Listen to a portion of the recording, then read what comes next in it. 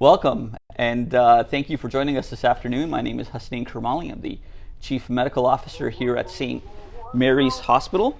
Excuse me, I'm just going to turn down my phone for a second, put it aside. We are live on Facebook Focus, so we will enjoy the live things that happen around here. Welcome again. Each month, we like to focus our attention on one of our clinical departments and give you some insight into the services and expert providers that we have available here at St. Mary's Hospital and for our Waterbury community at large. Today I'm really excited to welcome our orthopedic surgeon, Dr. Paul Beauvais. Thank you very much for joining us, Paul. No, thanks for having me. In the short time that you're with us, I'd like to talk a little bit about your specialty in orthopedics, especially your niche in orthopedic trauma in our program here. A continued service that we have realigned a little bit over the past few months here at St. Mary's Hospital.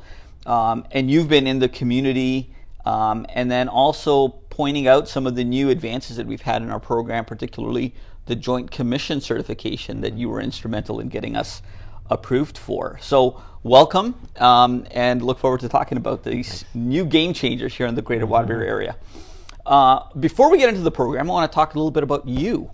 Your medical journey and your philosophy on medicine. So from Connecticut, local guy, which is great. Tell us a little bit. Yeah, no, I've grown up in the Milford Orange area of Connecticut when I was a child, and I went to high school down in Fairfield Prep, we called it. It's an all-boys school. And then I went all-boys school. all-boys Jesuit school in Fairfield, Connecticut. Great. Great way to learn, though. There's no distractions. Sure. All boys, so you don't have to worry about finding a date. Mm-hmm. Yeah, I hear you. And I went to Philadelphia for the University of Pennsylvania for my undergraduate. Okay. Studied biochemistry and psychology. Then I went to New York City, the Big Apple at Columbia. I was there for 10 years. So I did the 4 years of medical school, and then I stayed for 6 years as an orthopedic surgery resident, learning how to do orthopedic surgery. So bones and joints is my thing. It's what orthopedic surgeons should be about, right? Yeah. So I had a couple kids while I was a resident. We came to Southbury. We moved out to the country here in Waterbury and had a couple more kids, and then grew some roots in the community. And I've been working at St. Mary's and Waterbury Hospital for 26 years, so I've been here a long time. Yeah. The past 3 years solely at St. Mary's. So my practice initially was general orthopedics. I did hip replacements, knee replacements, shoulder, sports medicine, and trauma. Okay.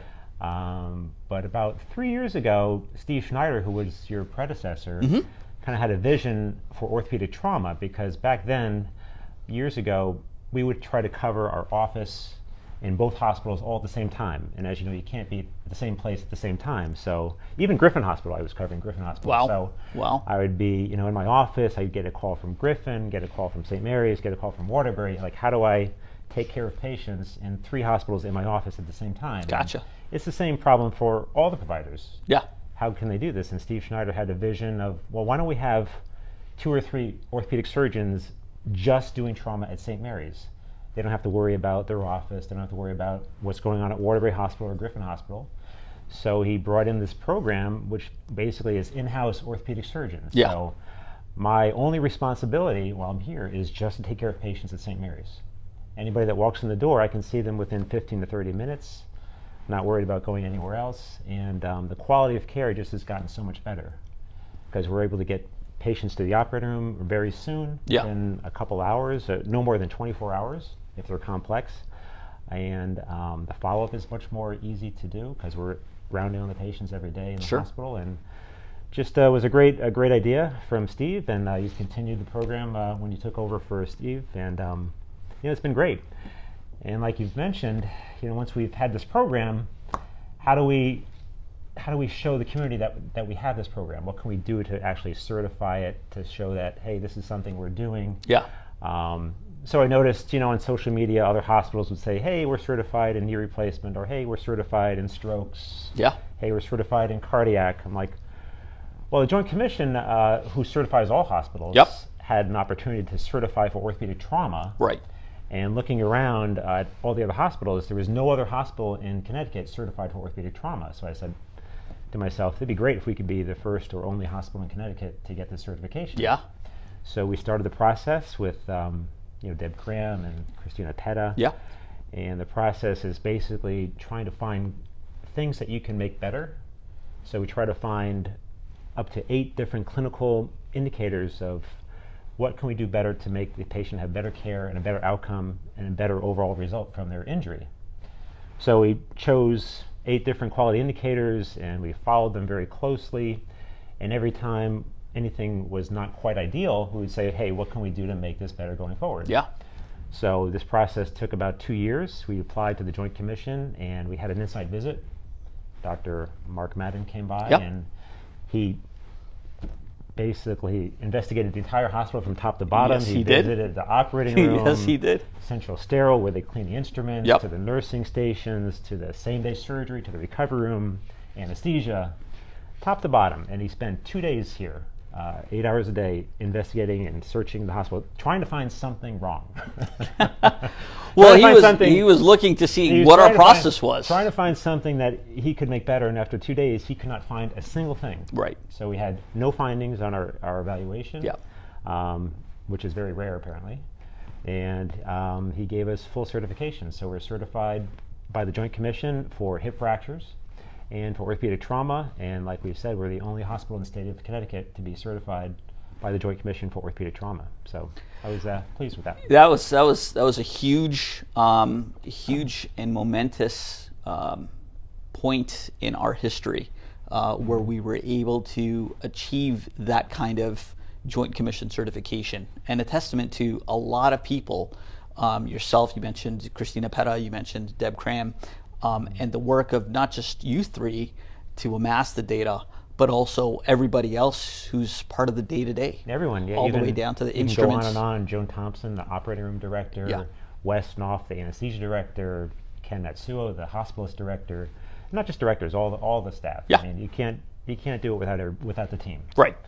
So I'd like to thank everybody on the team. If I could go on and spend 20 minutes just naming the names, but well, a big thank you to the team. Absolutely.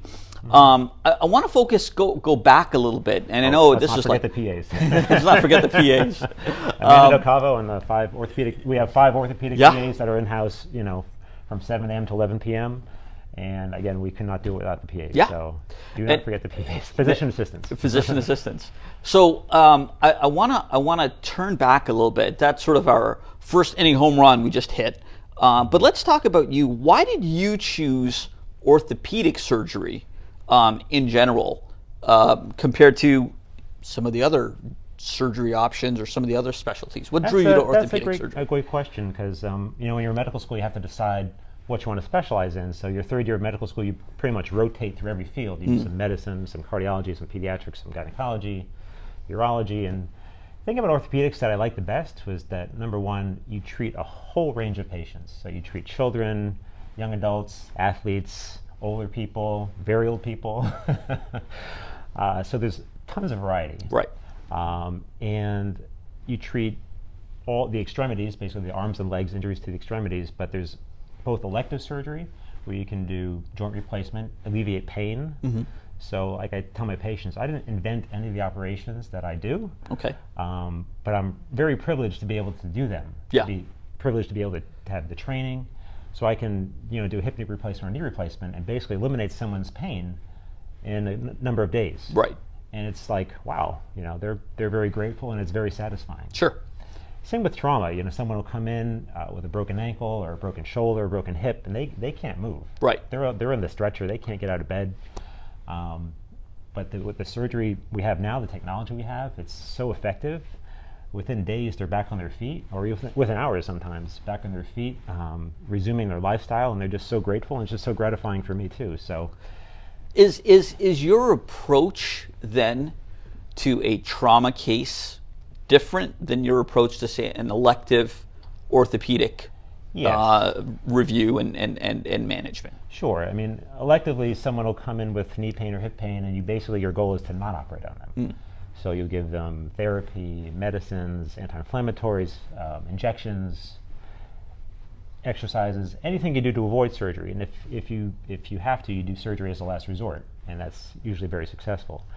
Trauma is different. Trauma, you don't really have a choice. So depending on the case, I mean, some fractures are treated with a cast Sure. or a brace.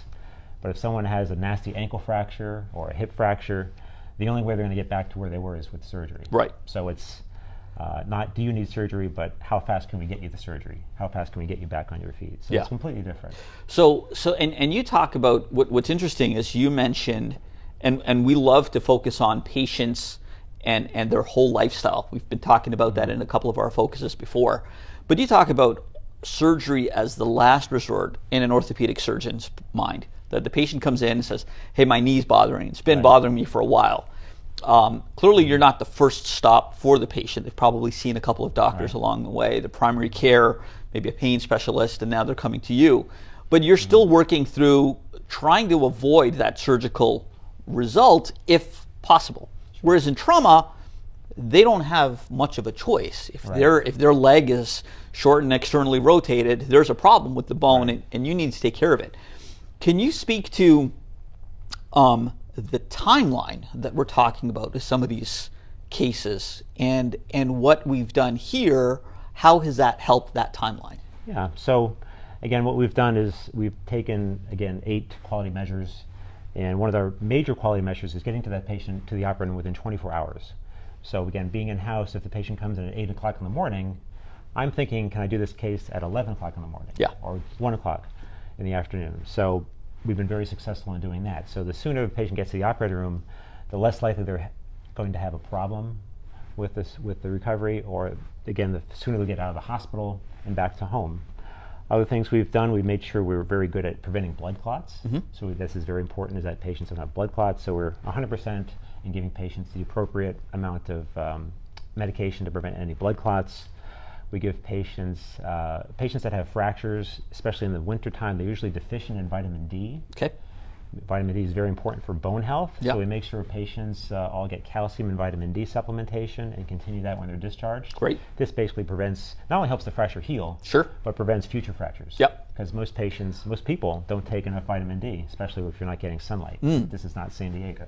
No, this isn't San Diego, and it's true. I mean, right now we're in the middle of the wintertime, and we recognize that for a period of time in the Northeast, we just don't get enough sunlight to create enough vitamin D on a day-to-day basis. And so, particularly in our elderly population, or I say elderly, and we talk about above a certain age, and I'm sure some people will argue that over a certain age is not elderly anymore.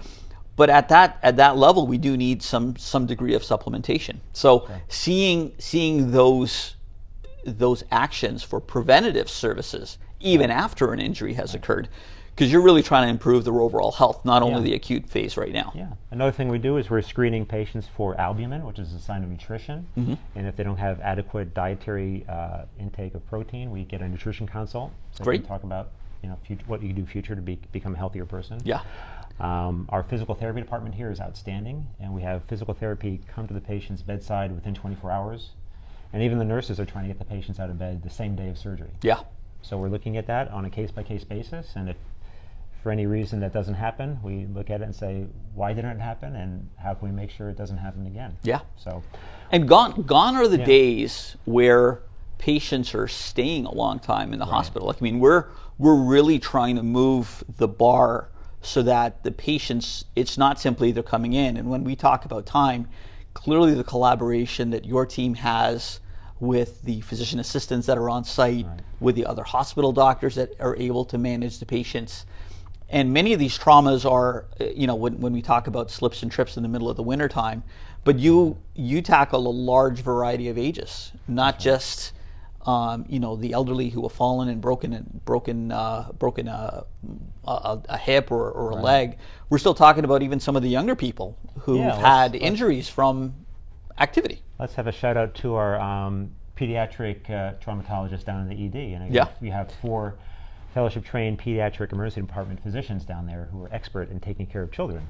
Yeah. So it's great if I have a 3-year-old with a broken elbow, they can sedate the patient. We can push on the elbow and get it back straight. Right. And they don't have to go to Hartford for that anymore. Sure. Because we have the expertise right here.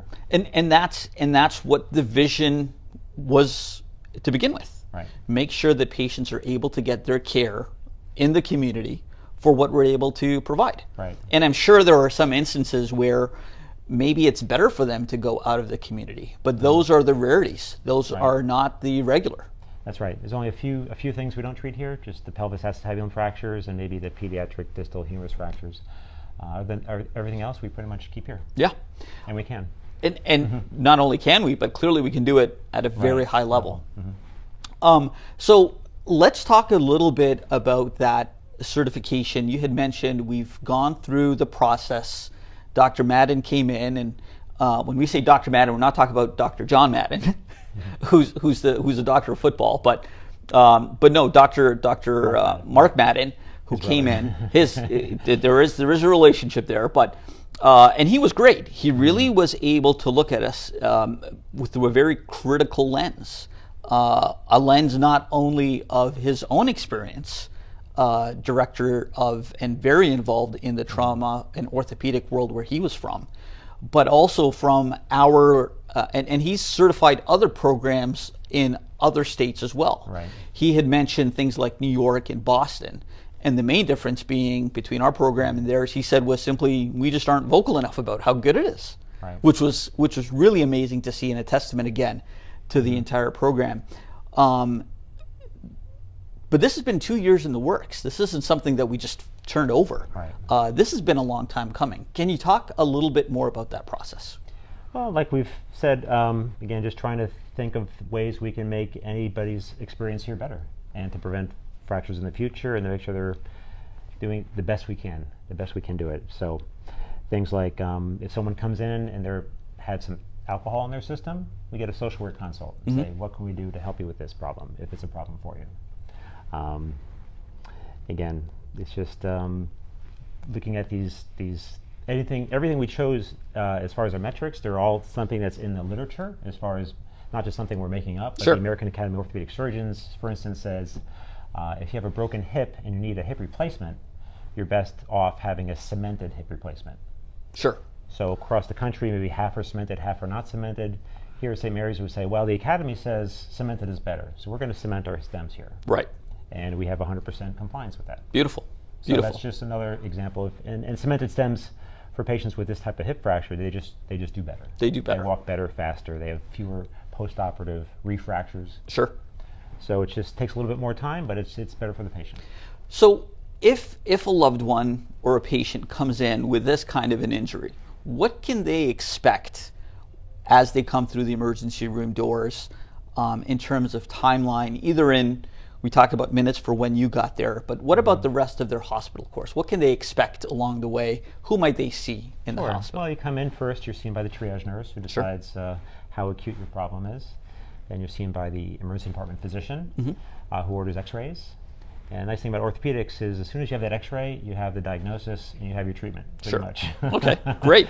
So that's another thing I like about orthopedics is it's very concrete, and there's not a lot of, well, let's get 12 more tests. I mean, you need an x-ray and sometimes a CT scan, and then you have your answer. Right.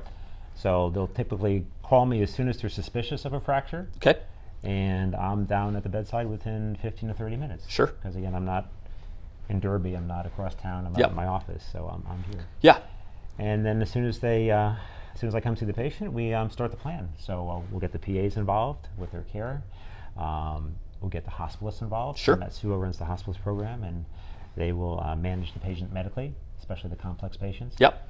We'll be talking to the operating room, and they'll look at the schedule and where can we fit you in. Right. So it happens very quickly. So it's and again, as a hospitalist myself, I have a great affinity because the communication is key. Right. When a patient comes in at whatever age, we need to make sure that they're safe for the surgery. And that's where the hospital doctor's very involved in terms of making sure all their medications that they need to continue are continued, medications that need to stop are stopped. And then how are we going to manage the patient while they're here in the hospital? Was there a reason for their injury in the first place, a medical reason or not? Reviewing other blood work, other labs to make sure everything is optimized prior to going into the surgery. Right. What happens then after the surgery? And you said we're getting them to the operating room within 24 hours, as long as everything is relatively stable, that they haven't had a heart attack or something like that along the way. So if everything is stable, you see them, the hospital doctor sees them, they're admitted upstairs, they get prepped, and then surgery happens within 24 hours, they're repaired, so to speak. Right. Mm-hmm. What happens after that? How long can they expect to be in the hospital? Where are they going to go after the hospital? What are the expectations? Well, like you mentioned, there's a huge range of patients. Mm-hmm. Some are young and healthy. They may go home the same day. They break their ankle, they'll come in the morning. If they can use crutches, they can go home the same day. Sure. Patients that are older or have more trouble getting around, the nurses are very good at getting them out of bed the day of the surgery. Mm-hmm. Physical therapy sees them within 24 hours. The physician assistants on call will be rounding on the patient and checking them the day of the surgery and the morning after surgery. Yeah. And discharge planning comes right away also to see if they'll need any rehab stay or help at home, visiting nurses. Sure. So it depends on the injury, but we don't have patients just lying around just doing nothing. There's always something that we're working on. And it truly is amazing because we have tried to focus their care now here at the hospital. What about follow-up? Who are they seeing after they've gone home? Who's going to make sure they're doing okay from their hip fracture? Right. Well, we have an office right attached to the hospital. Okay. So our trauma office is attached on Scoville Street. So we'll be making arrangements to see the patient in our office. I'll be there, and my PAs, physician assistants, will be there. We can follow the patients there. As far as the patients that have hip fractures, if they go to a rehab place, typically we have these dressings now that you don't really necessarily even need staples. So for a hip replacement patient, the dressing stays on for 2 weeks. They can shower with the dressing on. Okay. The nurse can just peel the dressing off at 2 weeks. If there's no problem with the appearance of the incision, then we see them at 6 weeks. Mm-hmm. So there's not a lot of, hey, take the ambulance back and forth multiple times, because it's difficult for these patients to get to the hospital, to the office. So the technology we have now for closing wounds, et cetera, just makes it much simpler. And we have great communication with our nursing homes that are nearby. So there's just a handful that we like to work with. We choose the best ones, and we know that they're going to get our patients are going to get good care. Well, and that's our focus, to provide high quality, effective care for them in a very efficient manner. The goal is, and this is I think a change from before. The goal is actually to get them back into the community, get them back to their regular lives, and that's what I love about our program here. How are we trying to incorporate some of our other community team members into this program? Well, we have myself and my partner, Dr. Hermanton, are taking the bulk of call. Yeah. But we've invited some community providers if they want to help us out on the weekends. That's an option for them as well. Yeah, and that's what I'm really enjoying about our vision here. Is that we're focusing what we can do day to day, Monday to Friday, allowing the elective community doctors to continue their work in their offices, and yet having that opportunity for them to continue to participate here at the hospital. Having you and Dr. Hermanton here as sort of our pillars allows the program to continue to grow very well, very strong under your vision as a trauma director, as the orthopedic trauma director. And now we're still able to get the community physicians to play more of an active role in being part of the process. So I love to see where we have been, where we are, where we're going. And one of the things I like to do overall for our listeners is, could you give them a quick sort of a pearl on what things can they look for? What things should they be watching out for, particularly given the environment here? What would be a pearl that you would give our listeners today from orthopedic trauma perspective? Trauma, I'd probably say beware the black ice. Beware the black ice. Yeah, we haven't had a terrible winter so far. It's been fairly benign, but that's not going to last. Sure. But what usually happens is the first time there's black ice out there, the first time you get your newspaper or your mail, 5 in the morning, and you step outside in that driveway and it's a sheet of ice, and boom, you go down. And we've had some spectacular fractures from Oof. this. So Well, that's a beware great the black tip. ice. Beware the Yeah, black it's ice. not San Diego, so No, it isn't. and just be careful. I mean, obviously, if you're using a snowblower, never unclog the snowblower with your hand. Well, there's It sounds obvious, but it's very tempting. Yeah. Just put your hand in there and unclog it, and we've had injuries from that. sure. Other than that, it's just common sense. Common sense. Buckle your seatbelt. That's important. Make sure your car has airbags. Maybe pre-collision braking. Yeah. If you like roller skating, go for it. But maybe Shoes, wear some elbow pads Maybe or elbow brace or elbow pad. Yeah. Yes. You have to live your life and enjoy it. But if something happens, we're going to be here.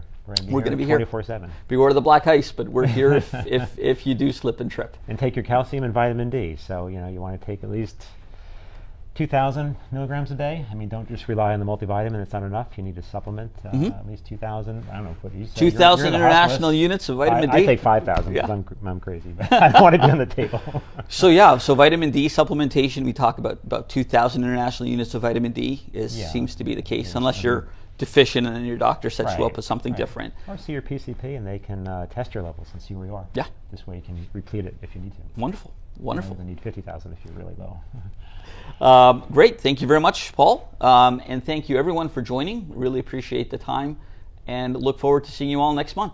Thank you. Thanks.